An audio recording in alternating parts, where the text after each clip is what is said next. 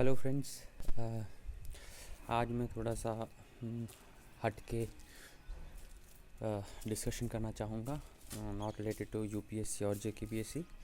ये नेट के रिलेटेड है क्योंकि नेट के एग्ज़ाम्स चल रहे हैं और कुछ अभी पेंडिंग हैं। शायद 4 से 5 पेपर्स अभी पेंडिंग हैं, 7 तक पेपर्स चलेंगे। तो उसके रिलेटेड मुझे कुछ डिस्कस करना था। तो जितना मुझे पता है उसके रिलेटेड कि जो भी पेपर दे रहा है नेट का या आगे जो देने वाला है, तो इतना मैं बता दूं कि जो पेपर 2 है, जो आपका सब्जेक्ट रिलेटेड पेपर आएगा, उसमें आपको लगेगा कि मैं मास्टरी कर लूँ, फिर ही जाके मैं क्वेश्चन सॉल्व करूँगा या क्वेश्चन सॉल्व करूँगी तो ही जाके मेरा नेट क्वालिफाई होगा। तो ये सबसे बड़ी भूल रहेगी आपकी, क्योंकि आपको एनफ नॉलेज है, आपने मास्टर्स में पढ़ा है, आपने ग्रेजुएशन में उस सब्जेक्ट को पढ़ा है, तो आपको आता है।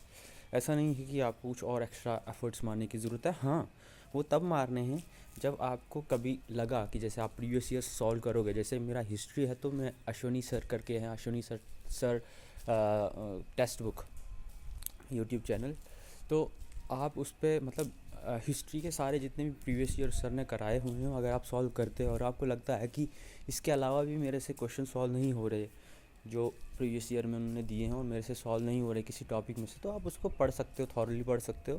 वरना अगर आप प्रीवियस ईयर सॉल्व कर रहे हो और आपको लग रहा है कि हाँ ये मैंने पढ़ा था, मास्टर्स में पढ़ा था, ग्रेजुएशन में पढ़ा है, तो आप एक्स्ट्रा करने की कोई ज़रूरत आपको नहीं है। ठीक है, अगर आप वैसे करोगे तो आई एम श्योर कि जो आप एक्स्ट्रा टाइम देने वाले हो और ज़्यादा डेप्थ में पढ़ने के लिए, मास्टर्स करने के लिए, समझ लो आप एक सब्जेक्ट में, एक टॉपिक में वो करने के लिए, बिल्कुल बिट टू बिट लर्न करने के लिए, तो उससे कई कम समय में आप अच्छा स्कोर कर लोगे पेपर 2 में।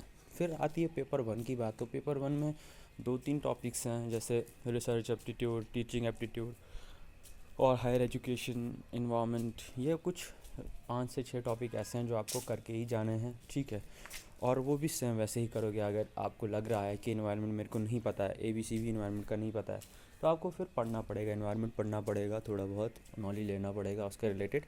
अगर आपको पता है, ठीक है, जैसे आपको इकोलॉजिकल सक्सेशन का पता है, इकोलॉजिकल पिरामिड का पता है, ठीक है, पोल्यूशन का पता है, कौन सी ज़्यादा क्या कहते हैं, ग्रीन हाउस ज़्यादा जो है वो करती है, ठीक है, कौन कम करती है, सीक्वेंस में अरेंज करने के लिए बोलेंगे। तो अगर आपको ये चीज़ें थोड़ा बेसिक पता है तो आप वहाँ भी क्या कर सकते हो, आप वहाँ पे भी प्रीवियस ईयर सॉल्व करोगे और आपको लगेगा कि अगर इस टॉपिक में से मेरे क्वेश्चन सॉल्व नहीं हो रहे, तो आपको फिर जाके उस टॉपिक को अच्छे से पढ़ना है।